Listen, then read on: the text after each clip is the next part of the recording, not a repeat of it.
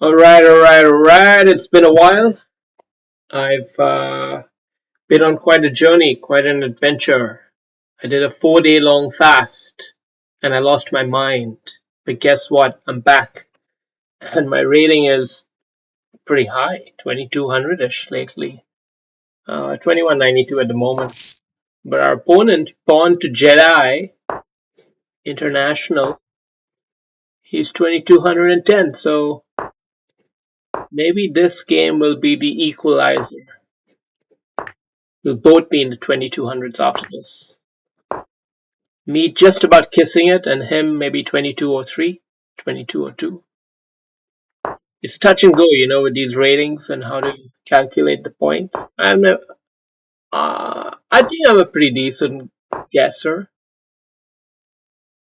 I don't think it's a skill that's of much value, but you know, it's a skill. All right. So let's see what's happening here in Pawn to Jedi. I'm playing 3+2 because I'm preparing for a tournament, 3+2 tournament. Uh,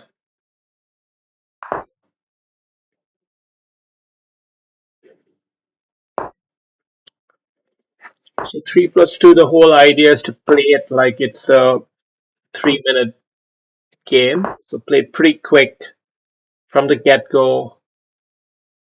Keep the pressure on with the clock. The clock is really just nothing more than an indicator of who thinks they're dominating. That's all the clock is all about, actually. It's about, you know, who's got the attitude.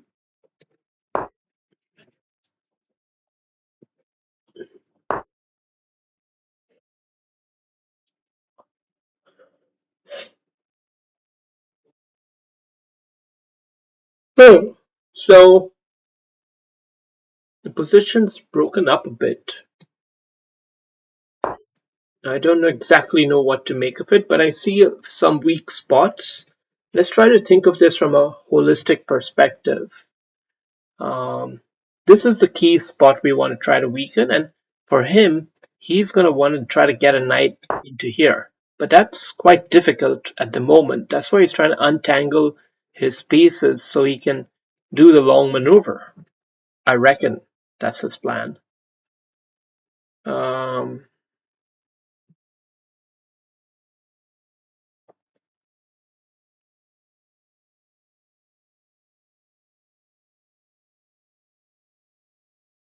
but what can we do? What can we do instead? I don't know. I think I'm going to just try to pile up a little bit more pressure here. See if he's going to actually move the rook away, in which case that means he's preparing for a maneuver like this. But he can't do it yet because his bishop would be loose. So it's very unlikely he's going to manage to get a piece in here. That's the gist of it. I mean, he could still do, but okay, if he played this first. If he played that first, then yeah, he'd get it in.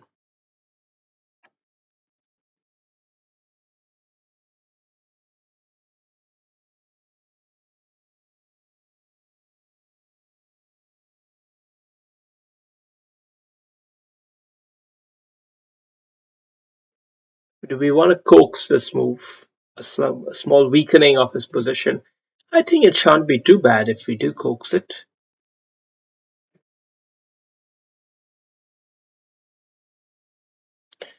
Or should we take him right away? No, it feels wrong to do that. Okay, it feels more right to now start breaking open the center. He's diverted some attention away, and what else are we going to do in the game anyway? Because we're not getting any pawn break action here, so our only pawn break is here. So we're just going to prime it. Prime it with the bishop. Now, what is this move? Am I underestimating something here? Is this a reach? Feels a bit like a reach, like a fancy looking move, but not really. Now we definitely take that space and momentum of the game now going to shift in our favor as we just play the natural moves to gain a lot of space and momentum and just shift the balance of the game completely in our favor here. And let's not get carried away. Let's not get carried away.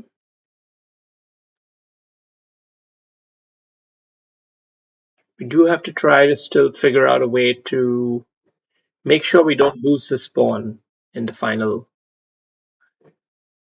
call. Okay, we'll ask him. If you want to take that, I don't mind.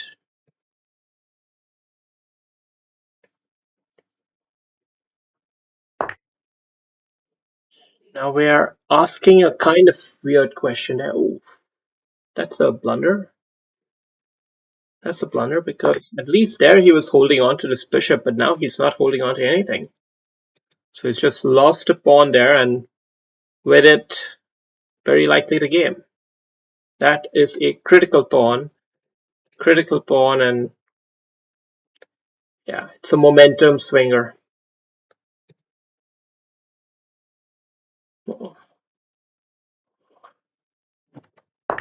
He's gonna fight. He's gonna fight a little. Oh, that's interesting.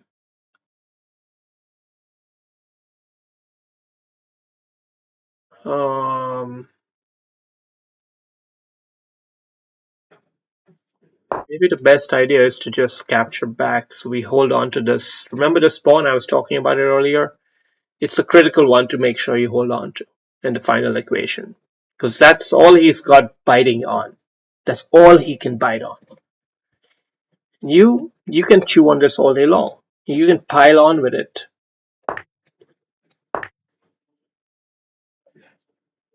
Now comes the big question. Where does he go? Where does he go?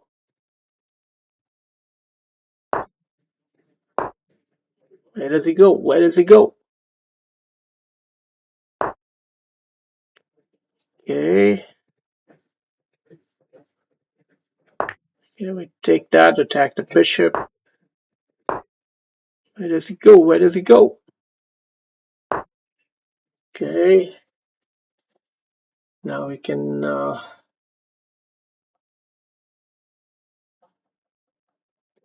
maybe a bit flaring.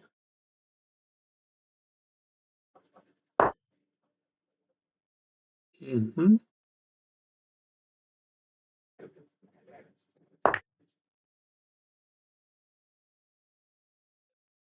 Putting too much pressure on him here. I think it's gonna not last too much longer, but he's a fighter.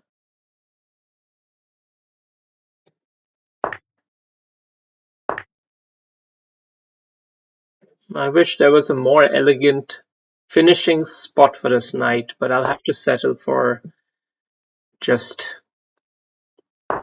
being there, basically.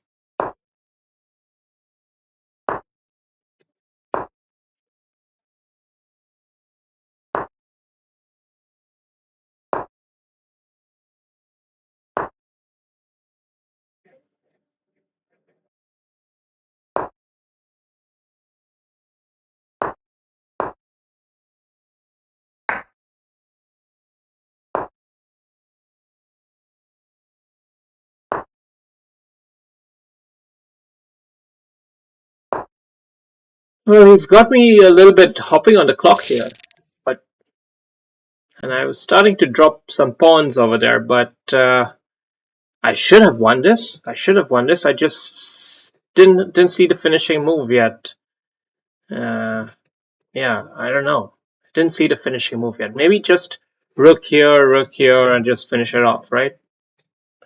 Anyway, it was a good quality game and good return back to the fray here. It's been a while since my last vid. Wow, 93%! Uh, I told you guys I did this fast and it's helped me a lot with my game. And here you see the evidence, 93%. You can't see anything.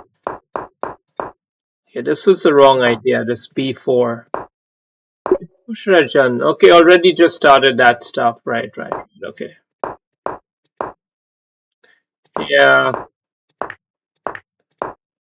all this b5 stuff basically wasn't there, but even e4 was apparently ill-timed.